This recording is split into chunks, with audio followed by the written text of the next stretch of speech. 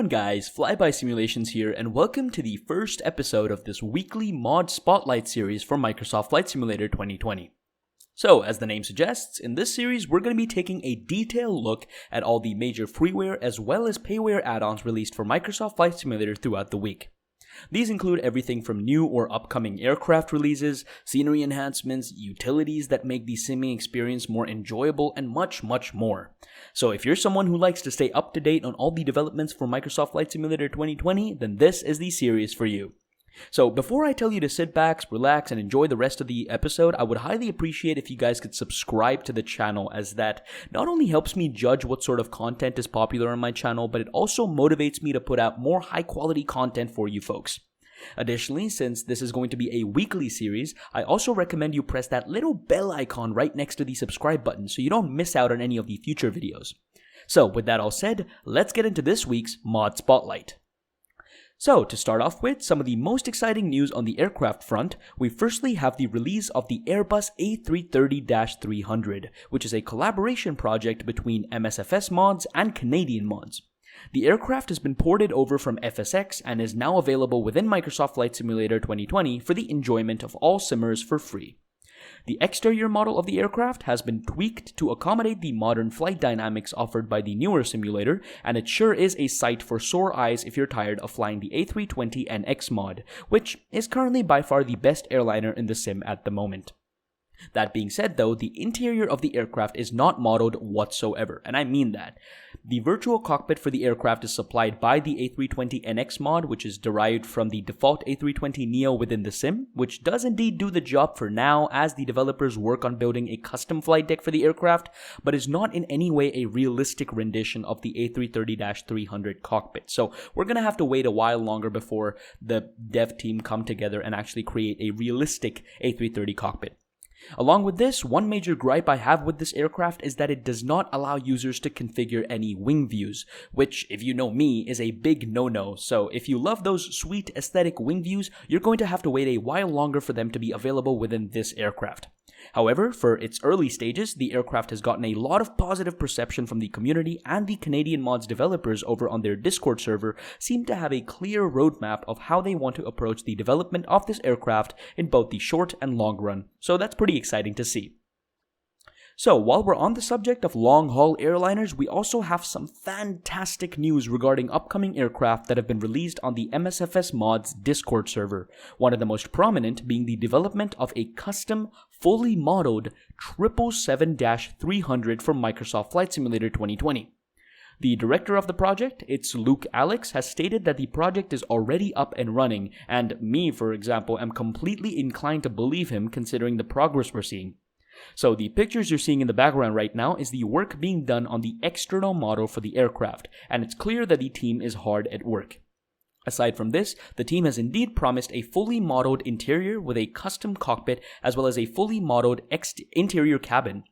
Additionally, for those of you who like to fly with a buddy using shared cockpit, for example, the developers promise that support for shared cockpit will be available at release, which is a rather bold claim, but again, I'm inclined to stay optimistic given the level of community engagement that has been happening since the release of the simulator itself.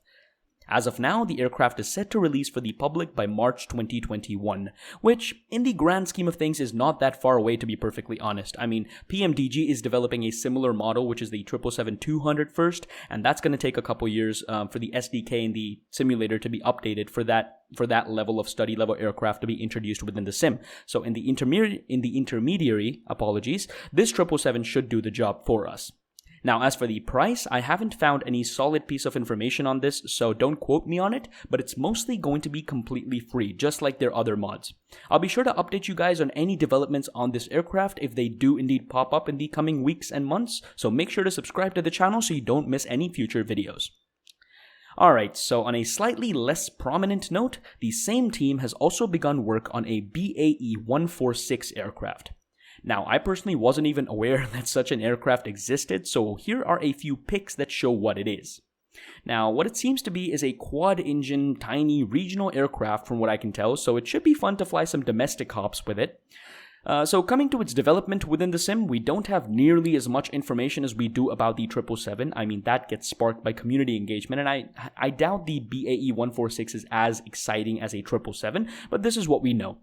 We know that it's definitely not going to be study level at launch, so maybe after launch they might have a dedicated team that actually are inclined to make this a study level aircraft, but at launch it's definitely going to be a decent aircraft that has been ported over.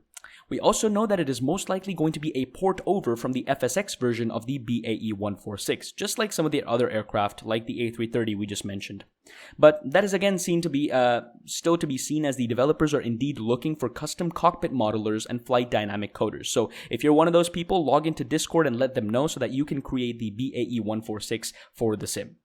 But unlike the 777, however, this project is slated to release sometime next month, which is of course great, as more variety within the sim means more fun. So expect this aircraft to come out in early December or maybe even around Christmas time.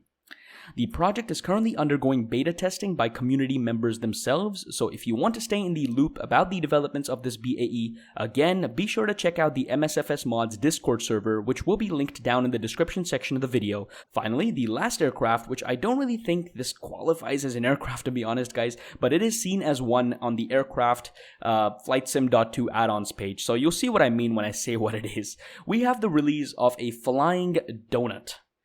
Yes, a flying donut has indeed been released for the simulator as a bit of a fun package for everybody, I guess, from back in the day, so you can reminisce the loss of the hot air balloon from FSX maybe. The donut has indeed been released for the community and is available on the FlightSim.2 website for everyone to download for their enjoyment. The developers of this donut have confirmed that there will be a dynamic liveries pack for this majestic beast of an aircraft, I guess, which should have different liveries to satisfy every simmer's taste buds. Quite literally. I personally will be flying the glazed donut with chocolate chip shards, but I don't know about you guys, so go ahead and leave the liveries you would like to see for the flying donut down in the comments section of the video, and let's see what answers we do get in the comments section. I'm sure it's going to be a goldmine down there. Anyways, with the aircraft covered, let's go ahead and see some of the scenery developments this week. So, for the sceneries guys, my plan for this series is to only cover the payware sceneries that get released or announced each week.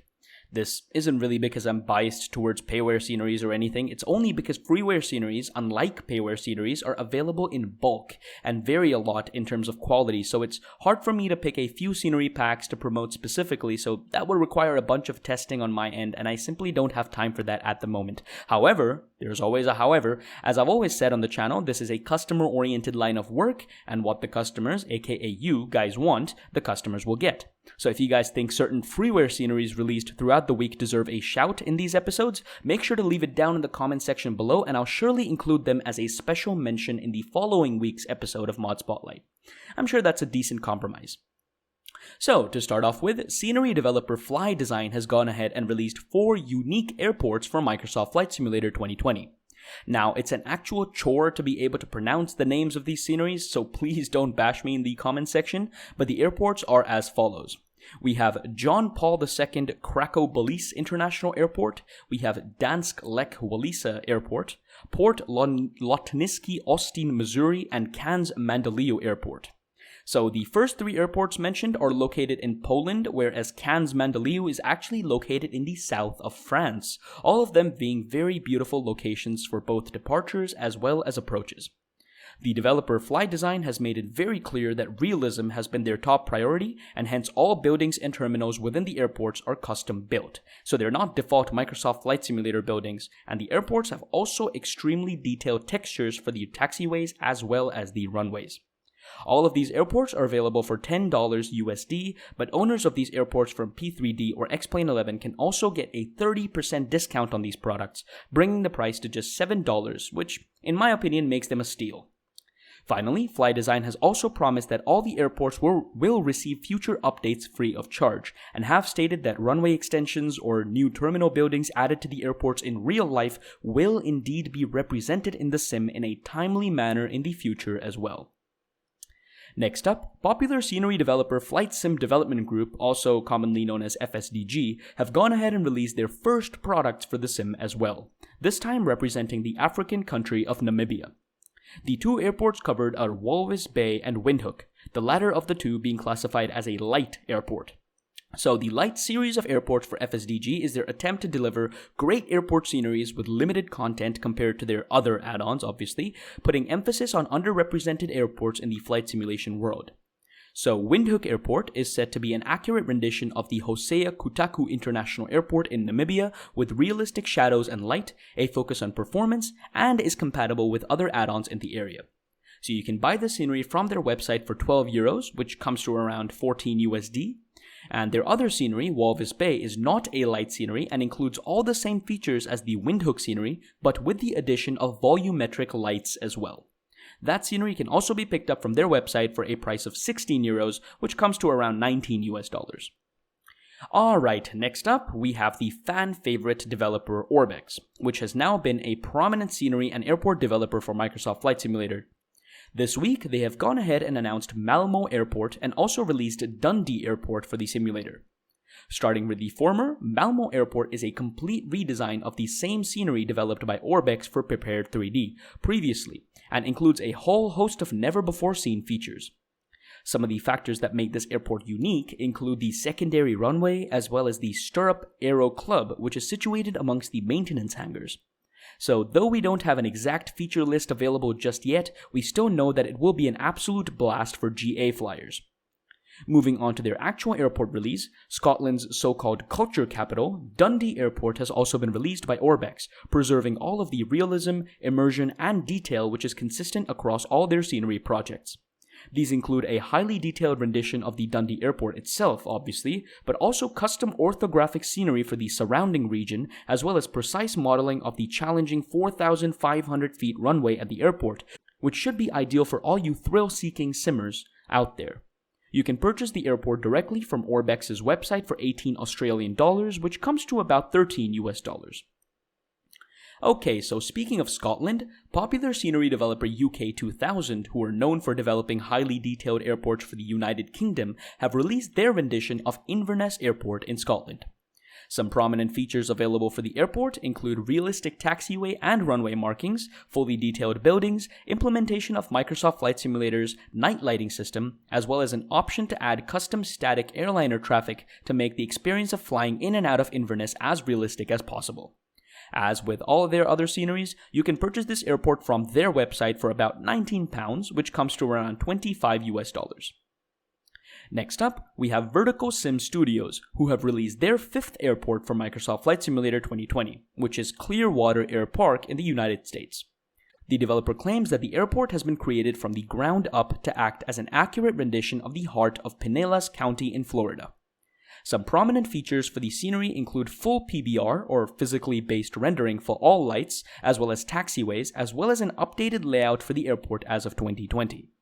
Furthermore, the airport also boasts many different handcrafted objects, ground clutter, redone vegetation in and around the airport, and many more intricate features that should create a very realistic and immersive experience for anyone flying there. You can purchase the scenery at VerticalSim Studios' shop for a mere $8 US, which is a great price point if you're looking to pick it up. Alright, so leaving aside some of these small airports, let's come back to another big boy with the release of Salzburg International Airport in Austria by Digital Design. Not only is this Digital Design's first scenery development for Microsoft Flight Simulator, but it also boasts an accurate rendition of the Salzburg area along with the actual airport itself. The condensed feature list includes a fully detailed airport terminal, tower, objects, and vehicles around the airport, as well as highly detailed surroundings, including the historic city center in the area. The entire scenery pack is available from ORBX Central for about $21 US, which might seem like a bit of a steep price point, but given the extensive feature list for the airport as well as the detailed surroundings for the area of Salzburg, I think it might be worth it. Let me know down in the comment section what you guys think about it. Coming back to the US, Drzeweicki Designs have gone ahead and released their Seattle Landmarks pack for Microsoft Flight Simulator 2020. The scenery includes thousands of custom-made, hand-placed objects throughout Seattle to create a realistic representation of the city within the simulator. These include everything from bridges and stadiums to harbors, marinas, trains, containers, ships, all of them being very FPS friendly for those of you wondering, with epic night textures and PBR materials used throughout as well. Along with these, the Scenery also ships with 2 seaplane bases as well as 5 heliports, the former of the 2 being useful if you like to fly around in the Icon A5 in the simulator. The entire Landmarks pack can be purchased from Sim Market for around $18. Now, if you ask me personally, I don't think it's worth it for that price point, as Seattle was one of the first areas that was developed for Microsoft Flight Simulator by the dev teams themselves, as Renton Airport was their main testing hub for the sim even before launch. Hence, I think I can go as far as to say that many major landmarks in Seattle have already been perfected by Asobo Studio themselves. So, if you don't think so, however, I would still encourage you to wait until the next World update is released for the simulator, which is slated to provide next-level photogrammetry and Bing Maps data for the entirety of the US. After that, if you're still not satisfied with the Seattle area after the update and you think that the Scenery pack may be enticing for you, then go ahead and for sure pick it up. But I just have my reservations as mentioned before. Again, let me know down in the comment section if you guys are planning to pick it up for yourselves. Alright, ladies and gentlemen, finally in the scenery department, we also have the release of Ibiza International Airport as well as La Gomera Airport for the sim by SimWings. Let's start with the latter, as that's the smaller of the 2 airports. So La Gomera, as you can see from the pictures on screen, is clearly a rather dangerous and challenging airport as it sits on a volcanic island and has a very short runway to take off from and land at. According to SimWings, the scenery includes a detailed 3D elevation model with a slightly inclined runway according to the real profile, which conveys the atmospheric of this volcanic island very credibly. Additionally, the scenery also has realistic dynamic lighting of traffic, airport lights, and lighting around the island to make the experience of flying in and out of this airport as immersive as possible. The airport can be purchased for around $16 from the Airsoft store.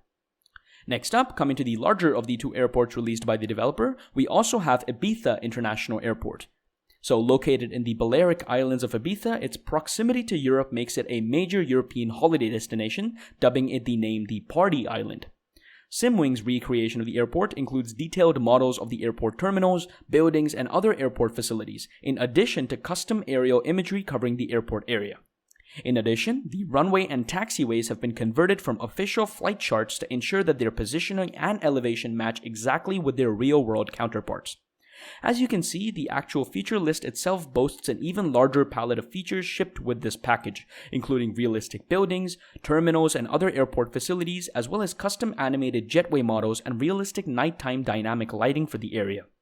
The airport can again be purchased from the Airsoft shop for around $18.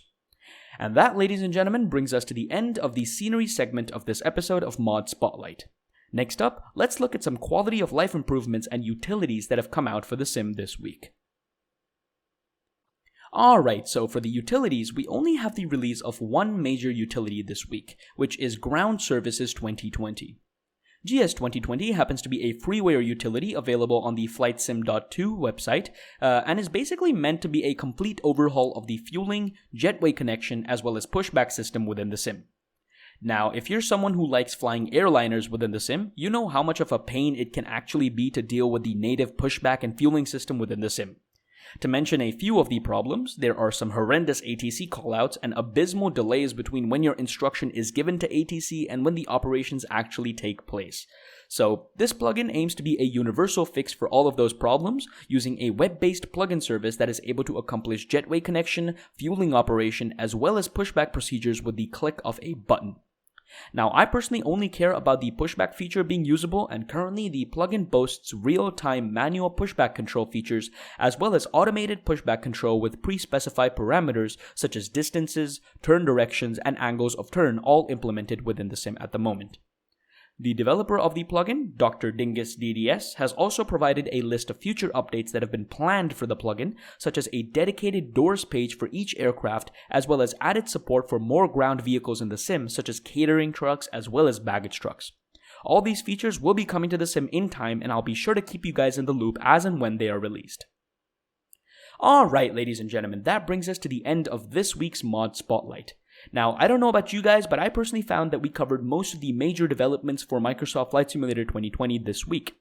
However, if you think I missed anything in this week that deserves a mention, I highly recommend you point it out in the comments section so that I can include it as a special mention in next week's Mod Spotlight. If you think I covered everything though, please consider giving the video a like and subscribing to the channel, as that greatly helps me out and motivates me to make more such flight sim related content for all of you folks. Also, as mentioned before, don't forget to press that bell icon right next to the subscribe button so you don't miss next week's Mod Spotlight. As usual guys, thanks for flying by.